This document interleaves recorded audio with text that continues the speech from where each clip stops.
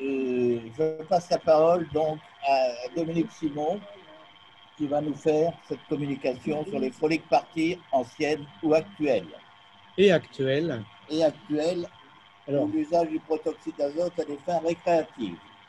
Oui, alors on va s'attacher à des choses plus légères, on va dire, dramatiques parfois quand même actuellement, parce que j'ai retrouvé effectivement l'utilisation du protoxyde d'azote a été, au début en tout cas, pas toujours très scientifique et bien menée, on va dire, ou en tout cas, l'entertainment anglais a bien participé donc à l'administration de ce produit, donc le protoxyde d'azote. Alors on sait que c'est Priestley, bien sûr, qui découvre, quelques rappels, bien sûr, sur le protoxyde d'azote, c'est en 1773, et justement Thomas Beddoes, pour pouvoir activer un petit peu les expérimentations, décide de créer le Medical Pneumatic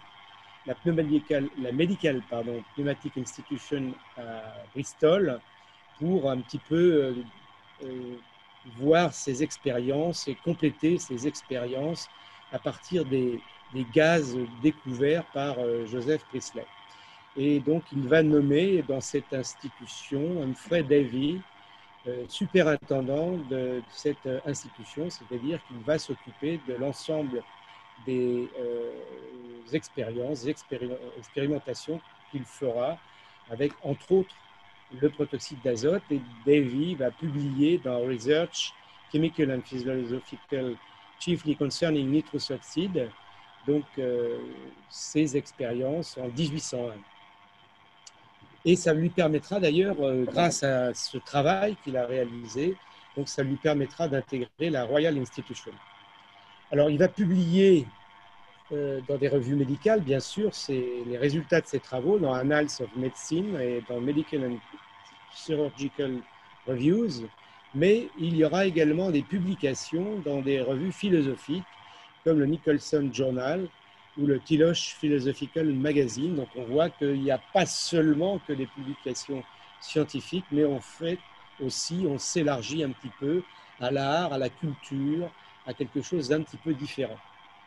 On voit par exemple que dans les premières expériences, c'est vrai qu'au début, il y a des démonstrations scientifiques qui vont être soit publiques, soit privées, qui auront lieu, ces expérimentations, ces démonstrations à la Royal Institution. Mais il y avait aussi d'autres groupes de personnes de la bonne société anglaise, et comme la Askesian Society en 1800, qui était une société d'hommes masculines, bien sûr, qui donc, à travers des lectures philosophiques, cherchaient à comprendre un certain nombre de phénomènes et donc cherchaient aussi à expérimenter, à comprendre un peu et à écrire un peu sur leurs expériences, et donc ont été aussi ont recherché un petit peu à expérimenter le protoxyde d'azote.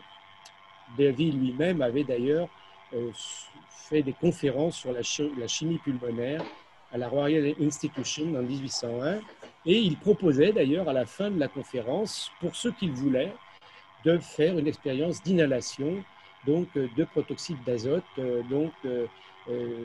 Ceux qui voulaient bien expérimenter, il a donc eu plusieurs personnes, des professeurs, et donc dont James Stoddart, qui donc relate cette expérience dans le Nicholson Journal, ce journal donc philosophique dont je vous ai parlé tout à l'heure.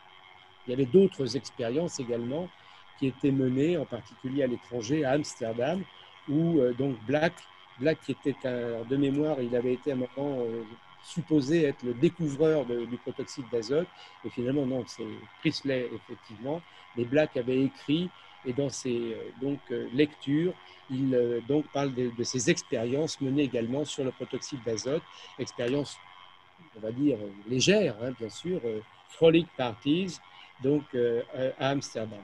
Et puis également aux États-Unis, puisque le gaz était aussi connu donc aux États-Unis, eh bien, en particulier dans les écoles de médecine, et on retrouve effectivement à l'université de Pennsylvanie eh bien, une coutume qui consistait à respirer le gaz hilarant.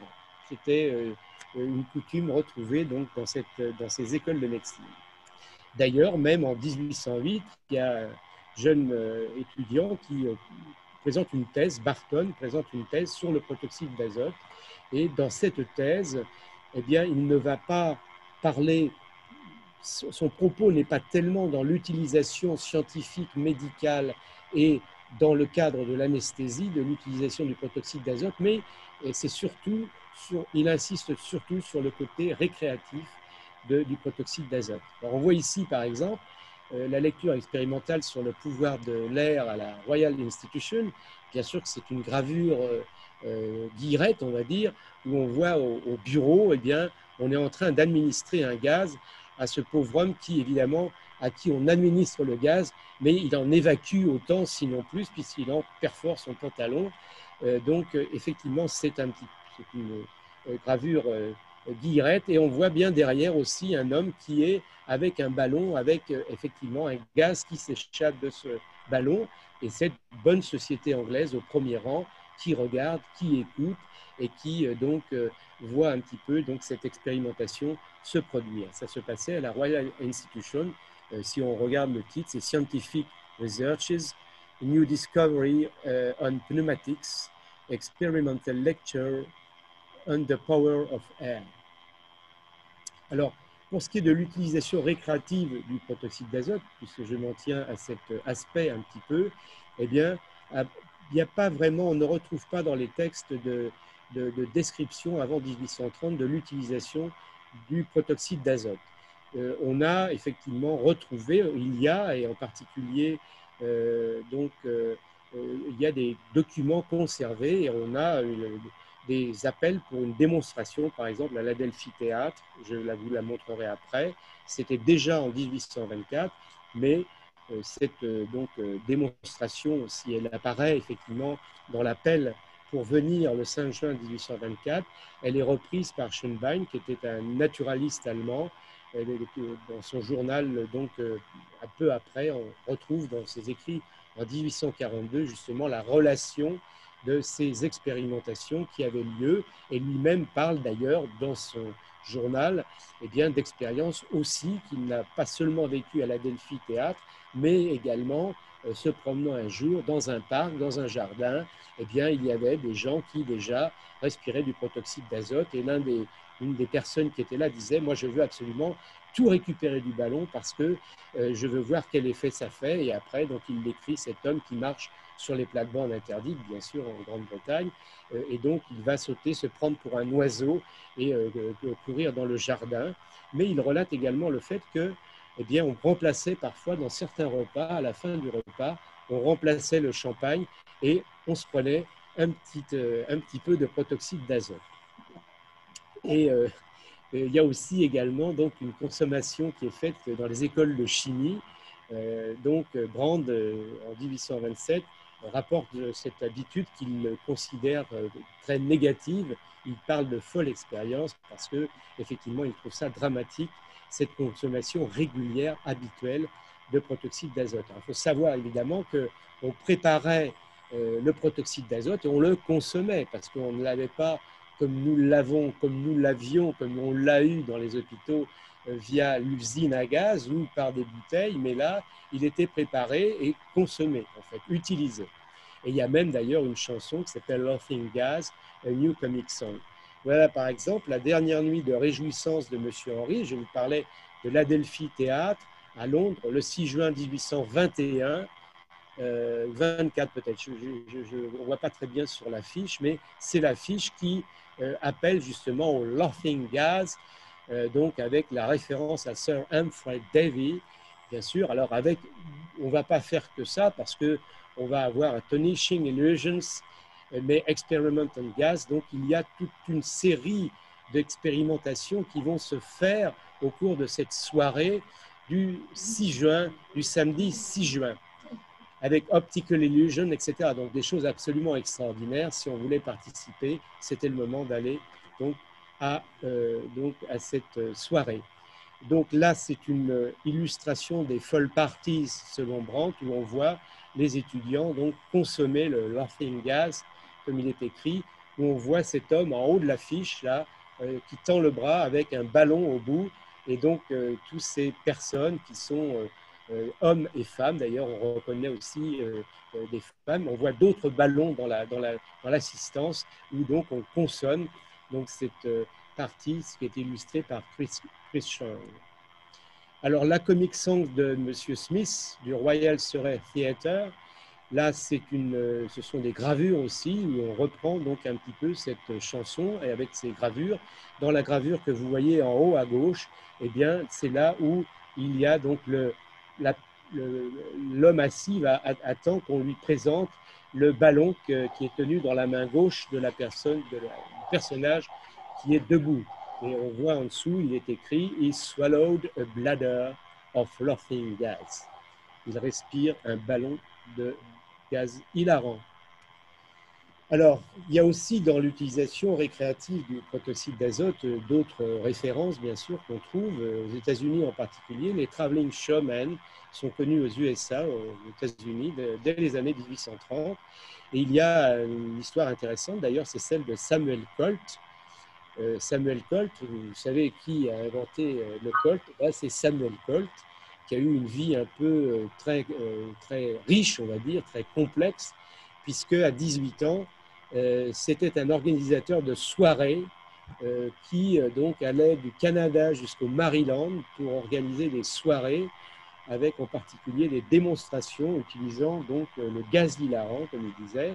Et là encore, on retrouve, en particulier, il y a donc une présentation à Portland le 13 octobre 1832 où donc il proposait le protoxyde d'azote pour les dames et les messieurs lundi soir au City Hall. Donc, et là, cette proposition, c'était venez, on va effectivement vous faire respirer le gaz. Alors, il y avait c'était public, bien sûr, mais en même temps, il y avait des parties privées parce que, comme l'expression des personnes, donc il y avait une libération un petit peu, évidemment, sous le protoxyde d'azote, et les dames, des fois, pouvaient se libérer un peu de leur pensée, on va dire, et donc ils proposaient des soirées plus isolées, en fait, pour que justement, s'il y avait quoi que ce soit, il n'y ait pas trop de problèmes, donc on pouvait respirer dans son coin, en quelque sorte, le protoxyde d'azote, donc pour ne pas avoir de problème avec donc ses voisins, amis, sa famille, son mari, par exemple, ou sa femme, peut-être pour les messieurs également. Alors, on retrouve également un autre document que je vous présenterai après, qui est extrêmement intéressant, qui s'appelle Dr. Syntax in Paris, A Retour in a Search of the Grotesque. C'est un livret qui date de 1820, qui a été illustré par Charles Williams, et avec des vers également. Il y a des vers de Mirliton de William Combe.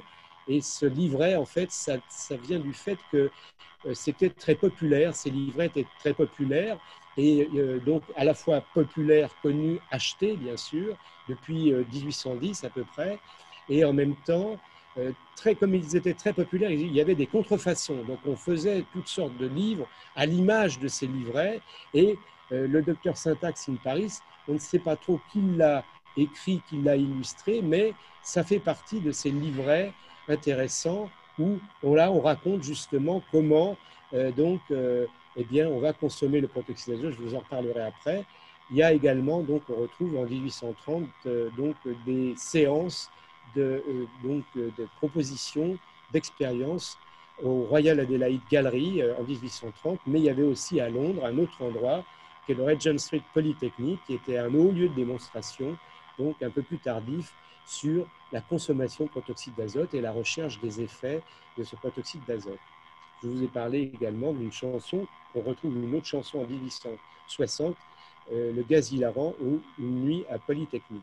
Alors voilà par exemple l'illustration du docteur Syntax in Paris, où on voit donc le couple, la dame en robe rouge, en train de danser, je ne sais pas, c'est sûrement pas le Charleston bien sûr, avec son mari, et en fait dans l'histoire, donc cette dame donc, va chercher ce qu'on appelle dans l'histoire le charlatan, qui est en fait la personne, le dentiste qui va lui retirer une dent cariée, et donc il lui explique que, eh bien, probablement elle a dû connaître le gaz hilarant, mais néanmoins, ce n'est pas par cette méthode qu'il lui enlève la dent, donc il va rechercher quelle est la dent cariée par le galvanisme, et puis il va lui retirer la dent. Mais comme probablement il suppose qu'elle connaît aussi le gaz hilarant, il lui propose de venir dans une pièce à côté avec son mari, donc de venir un petit peu s'exploser, on va dire, dans cette pièce où on le voit danser avec le charlatan. Et donc,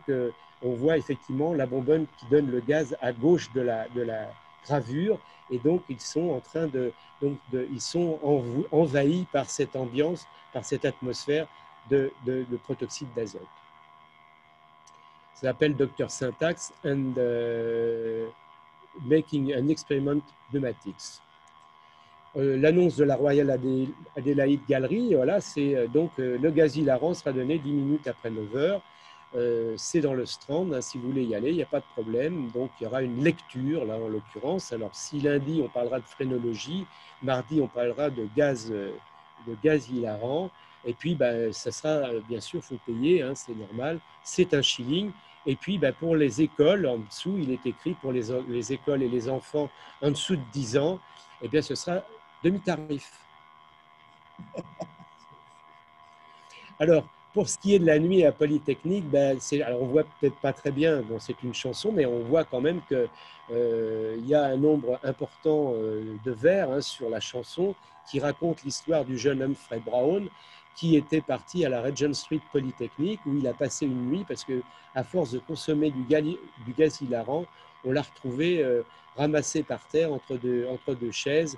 Et donc, ce document raconte un peu donc, la triste histoire du jeune Humphrey Brown. Mais on voit bien que ce gaz était largement utilisé par d'autres personnes, puisque, y compris, on voit encore dans cette gravure, effectivement, la consommation avec le ballon, donc pour donc ce poète qui va créer This is not the laughing, but the poetic gas, comme il est écrit dans le texte en dessous. Et donc, c'est effectivement, comme le dit Robert Southey, qui est un poète anglais, the atmosphere of the highest of all possible events must be composed of these gas. Donc, évidemment, on a là quand même une illustration où la consommation, comme il est dit dans le texte, de ce poetic gas permettra un héroïque poème. Alors, parlons des dérives actuelles. On a vu un petit peu comment on était entre 1800 découvertes, expérience d'Humphrey Davy, et puis 1830 où on voit la consommation joyeuse, on va dire, du protoxyde d'azote, avant son utilisation, bien sûr, après. Et je passe sur le côté médical parce qu'on connaît l'histoire et mon propos est plus de regarder ce qui est le côté frolic parties et donc de passer maintenant à une époque plus récente puisque effectivement on retrouve encore aujourd'hui donc cette consommation de protoxyde d'azote. Alors comment c'est possible? Comment on consomme encore aujourd'hui du protoxyde d'azote? Alors ce qu'il faut savoir, c'est qu'effectivement les mélanges gazeux, la composition des mélanges gazeux et la sortie de la réserve hospitalière du protoxyde d'azote qui a eu lieu donc, en 2009 avec une AMM pour le protoxyde d'azote a permis donc de conditionner donc, du méopa, donc des mélanges gazeux équimolaires que l'on connaît bien, donc à partir de 2009, dans des bouteilles qui d'ailleurs sont des petits contenants, et ces petits contenants ont pu être volés parce que moi ça m'est jamais arrivé, mais c'est vrai que ce méopa, il était donc consigné sous certaines formes pour être utilisé puisqu'il y avait en accompagnant donc la sortie de la réserve hospitalière, des conditions particulières qui étaient mises par la ANSM sur les conditions d'utilisation, de stockage et sur un suivi de la consommation et de la vente de ce produit. Mais il n'y a pas que ce produit qui a pu être utilisé à des fins détournées. Il y a aussi, bien sûr, la consommation de protoxyde d'azote, plus inquiétante aujourd'hui, qui est l'additif alimentaire E942. Alors, c'est effectivement du protoxyde d'azote non médical, non destiné, bien sûr, à la consommation médicale ou à cette destination-là, puisque c'est essentiellement un gaz vecteur qui sert à la stabilisation dans l'alimentation et il sert en particulier, il est utilisé donc dans les siphons à crème chantilly, puisque les cartouches de protoxyde d'azote servent à transformer des substances laiteuses en substances crémeuses, et donc en introduisant des cartouches dans donc des siphons à crème chantilly. Moi, j'en ai jamais utilisé, j'en ai vu, j'ai des photos. Enfin, c'est quelque chose qu'on peut acheter si vous voulez faire de la crème chantilly. Vous achetez un siphon à crème chantilly et donc vous pouvez acheter les réserves les cartouches qui sont les réserves de gaz de protoxyde d'azote que vous mettez dans votre siphon pour faire de la crème chantilly. Alors, vous avez une représentation ici de cette cartouche de protoxyde d'azote. Je suis désolé parce que la photo est un peu compactée, donc la cartouche paraît énorme. En fait, il faut comprendre qu'elle est très allongée, qu'elle n'est pas très grande. Ce sont des cartouches qui ont cette taille-là. C'est des petites cartouches qui font, pour les gens qui nous écoutent, ça fait à peu près 6 cm, 6-8 cm de hauteur. Et donc, il faut bien sûr percuter la cartouche pour pouvoir l'utiliser et ensuite consommer à travers un ballon. Donc, le gaz est porté dans le ballon, mis dans le ballon, et ensuite le ballon dégonflé sert et inhalé par la personne. Et donc, ce sont des ballons. Et pour pouvoir faciliter en quelque sorte la consommation, la préparation du ballon, eh bien, il existe ce qu'on appelle des crackers. Vous en avez un sur cette photo. Vous avez à droite donc la cartouche et à gauche, c'est comme si vous voulez une bouteille thermos avec un fond et puis une capsule au-dessus. Et donc, quand vous allez visser la capsule en mettant la cartouche à l'intérieur, eh bien, vous allez perforer la capsule en la vissant complètement. Vous ne pourrez pas avoir de sortie de gaz en la dévissant légèrement, en ayant mis le ballon dessus. Vous allez gonfler votre ballon. Donc, cet engin s'appelle un cracker et permet donc d'amener le gaz dans le ballon. Alors, évidemment, c'est un problème parce que cette utilisation détournée du protoxyde d'azote donc, avait déjà alerté les sénateurs, puisqu'il y avait une sénatrice, Madame Derrick, une sénatrice du Nord, je crois, qui déjà en 1998 avait posé une question. On retrouve ça dans les minutes des échanges dans le Sénat, où donc en 98, elle posait une question au secrétaire d'État à la santé sur l'utilisation à des fins détournées de ce protoxyde d'azote dans des ballons. Et par ailleurs, alors donc 98, on retrouve également donc aussi récemment, tout à fait récemment, puisque je crois que c'est de juin 2020, le rapport du réseau d'addictovigilance sur les consommations 2018-2019 de protoxyde d'azote. Alors, c'est un rapport du réseau d'addictovigilance. Je crois qu'ils font état de 66 cas, donc on va dire que c'est très peu. Mais ce qu'il faut bien comprendre, c'est que ce qui est déclaré en addictovigilance, ce ne sont que les cas les plus graves qui amènent des hospitalisations avec un rapport, avec un envoi au réseau. Donc c'est pas du tout, ça ne reflète pas du tout la consommation de ces cartouches de protoxyde d'azote. Ce ne sont que les quelques cas qui ont pu entraîner des troubles, des effets secondaires. On sait que la consommation, elle est faite par des adultes jeunes et des mineurs. Elle est occasionnelle au cours, c'est festif, c'est au cours des réunions dans les parcs, au bord des rivières, enfin des canaux, etc. Parce que j'ai eu des contacts où justement on m'a expliqué un petit peu qui consommait. Et donc c'est surtout très festif, mais aussi il y a des dérives sur l'utilisation, puisqu'on décrit même une personne qui prenait 400 ballons par jour. 400 ballons par jour. Donc c'est énorme. Et effectivement, donc la recherche est par l'inspiration, par l'inhalation, en respirant ce ballon gonflé, on recherche l'effet hilarant, on sait qu'il est rapide et efficace, mais on recherche aussi la distorsion des sons, les hallucinations possibles. C'est un petit peu les effets recherchés par les consommateurs du protoxyde d'azote. Alors néanmoins, ces consommations répétées, importantes, amènent des troubles, puisqu'on a décrit effectivement des troubles neurologiques avec des atteintes de la moelle épinière, en particulier avec des déficits en vitamine B12 et donc des cas graves. Il y a même également des atteintes cardiaques, voire des décompensations psychiatriques liées donc à la consommation répétée du protoxyde d'azote. Et puis, il y a l'étude du Global Drug Survey, donc, qui est un organisme indépendant. Vous pouvez aller voir sur Global Drug Survey, où on décrit donc le protoxyde d'azote, qui est le 7e produit récréatif mondial. Alors voilà par exemple une image un peu illustrant, bon, c'est une repris de l'ANSS, donc où on voit donc une consommation de cartouches avec les ballons, on voit bien, hein, tout y est. Et vous voyez, c'est une actualité du 9 juillet 2020. Le problème, alors évidemment, j'ai mis mesures préventives parce que j'ai été en contact justement à la suite d'une intervention à Soissons. France Info a fait un reportage à Soissons puisqu'on avait découvert des consommations importantes et en particulier le commissaire de Soissons.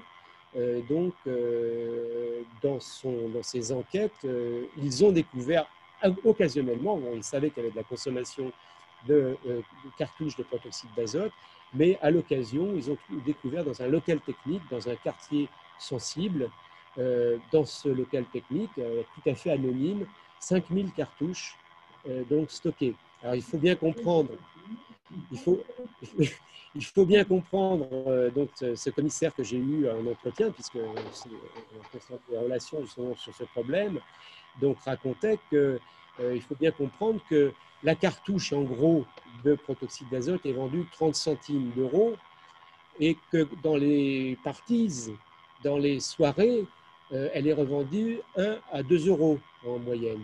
Et donc, on est prêt de faire la culbute à 10 fois le prix d'achat de la cartouche. Donc, on comprend très bien qu'il y ait une consommation intéressante dans la mesure où on va faire une culbute sur le plan financier. Alors, par ailleurs, le tracker, comme je vous l'ai montré, le commissaire me disait, un tracker comme ça, vous allez sur Internet, si vous l'achetez, c'est 9 euros. Donc, ce n'est pas très cher. Donc, ça vous permet de faire des ballons à tour de bras et donc de faire après de la distribution de ballons, 1 ou 2 euros. Donc, c'est sûr que il vous faut beaucoup de consommateurs pour des prix très bas, bien sûr, mais avec beaucoup de consommateurs. Donc, dans des lieux festifs, là où il y a donc beaucoup de monde, vous allez pouvoir donc vendre votre produit. Et ce qui est vrai aujourd'hui, c'est un vrai problème, parce que c'est un produit en vente libre, puisque c'est le E942, c'est un produit, c'est un gaz vecteur, donc il n'y a pas d'interdit et il ne peut pas y avoir d'action judiciaire sur la consommation de ce produit. Simplement pour l'instant, ce qui a été fait à Soissons en particulier, donc il y a un arrêté municipal qui a été pris, alors je ne sais pas s'il a été contesté ou pas, mais en tout cas d'interdiction de détention, de consommation par les mineurs en particulier, pour essayer de les protéger et qu'il n'y ait pas de consommation excessive, en tout cas, de protoxyde d'azote sous cette forme. Et puis, il y a la proposition de loi au Sénat, puisque les sénateurs, à l'unanimité, en 2019, je crois que c'était fin 2019, à l'unanimité, les sénateurs ont voté pour, effectivement, une proposition de loi pour protéger les mineurs. Je ne fais pas le détail de cette proposition-là, parce qu'il faut, comme c'est un produit qui est en vente libre, il faut trouver le biais pour pouvoir limiter effectivement la détention, la consommation de ces cartouches de protoxyde d'azote. Alors il faut maintenant que la proposition de loi vienne à l'Assemblée nationale pour qu'elle puisse être débattue et ensuite adoptée. Donc on n'y est peut-être pas encore tout de suite maintenant, mais néanmoins, on sait, en particulier, l'inquiétude, par exemple, du commissaire à Soissons, mais il n'est pas le seul, de Madame Déric en 98, elle parlait de consommation excessive à Béziers. On sait que c'est partout et de toute façon, vous allez chercher vos cartouches de protoxyde d'azote pour recharger votre siphon à crème chantilly, il n'y a aucun problème.